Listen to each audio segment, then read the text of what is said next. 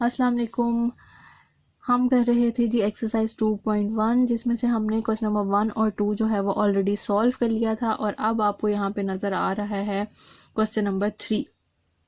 Question number 3 एक ही part है, मतलब इसके ज़्यादा पार्ट्स नहीं है, सिर्फ एक यही है। तो हम सॉल्व करते हैं। फॉर व्हाट वैल्यू ऑफ के, इसका मतलब है कि इसमें आपने के की वैल्यू निकालनी है।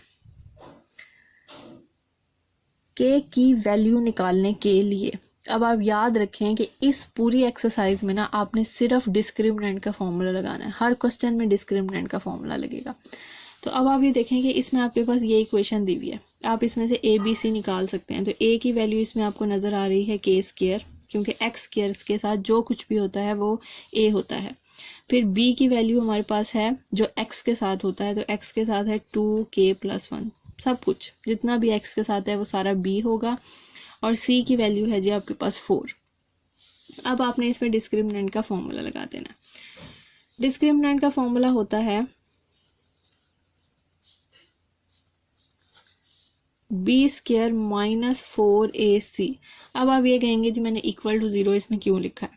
इसलिए लिखा है क्योंकि आपको पता है कि कोई भी क्वेश्चन सॉल्व करने के लिए या कोई भी वैल्यू निकालने के लिए मुझे दूसरी तरफ जो है वो 0 की ज़रूरत होती है या इक्वल की ज़रूरत होती है। जब हमारे पास इक्वल का निशान होता है ना, तो तभी हम वेरिएबल को अलग करके बाकी चीज़ों को दूसरी तरफ भेज के कोई वैल्यू निकाल सकते हैं। पता है ना आपको, शायद मैंने 9th क्लास में भी आपको ये बात बताई थी कि कोई भी वैल्यू निकालने के लिए हमें दूसरी तरफ 0 की ज़रूरत होती है या इक्वल की ज़रूरत होती है।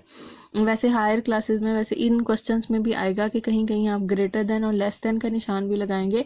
वो जो निशान होते हैं वो काम इक्वल वाले ही करते हैं। तो आपने याद रखना है कि दूसरी तरफ हमारे पास 0 होना चाहिए, तो तभी हम क्वेश्चन को सॉल्व कर सकते हैं। तो इसलिए मैंने डिस्क्रिमिनेंट के आगे 0 पुट किया है और फिर डिस्क्रिमिनेंट की वैल्यू लिख दी है।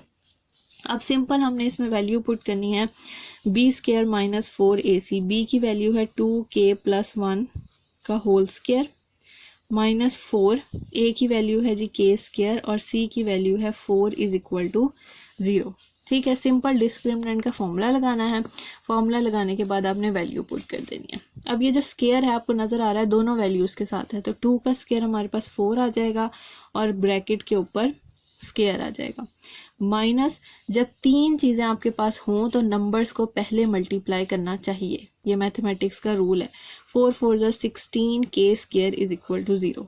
ठीक है जी, ये स्क्वायर है, आपको पता है जब होल स्क्वायर होता है तो वो एक फॉर्मूला बन जाता है a का स्क्वायर b का स्क्वायर प्लस 2ab। ठीक है, मैंने फॉर्मूला ओपन कर दिया। फॉर्मूला ओपन करने के बाद हम ब्रैकेट हटा देंगे। k² + 1 + 2k - 16 k² = 0। ठीक है, अब ये 4 ब्रैकेट के साथ हो रहा है मल्टीप्लाई। 4k², 4 1 = 4, 4 2 = 8k - 16 k² = 0। 4 और -16 कितने हो जाएंगे जी? हमारे पास 16 में से 4 गए, हमारे पास आ जाएगा -12k² + 8k + 4 = 0।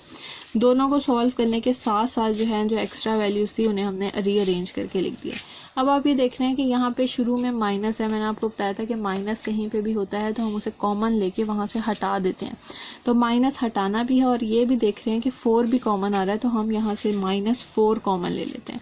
कॉमन ले लेना अच्छी बात होती है क्योंकि कॉमन से क्वेश्चन छोटा हो जाता है, आसान करना ईजी हो जाता है, सॉल्व करना ईजी हो जाता है। तो -4 हमने कॉमन ले लिया। 3k² - 2k - 2 = 0।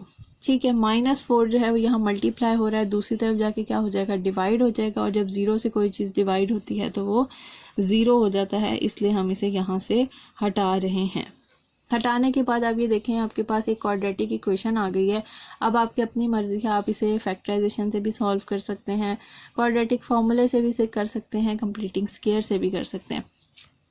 अच्छा, मैं आपको एक बात बताऊँ, अगर मैं इसे क्वाड्रेटिक फॉर्मूले से करती हूँ, वैसे ये फैक्टराइजेशन से भी हो जाता है, मैं बल्कि फैक्टराइजेशन ही करने लगी थी, लेकिन मैं आपको एक बात बताना चाहती हूँ। अगर मैं क्वाड्रेटिक फॉर्मूला इस पर लगाऊंगी ना, तो आपने जो है सबसे पहले तो वैल्यू लिख देनी है। a की वैल्यू 3 है, b की वैल्यू -2 है और c की वैल्यू भी आपके पास -1 आएगी, सॉरी -4 कॉमन लिया था ना आपने, यहाँ से -1 आएगी।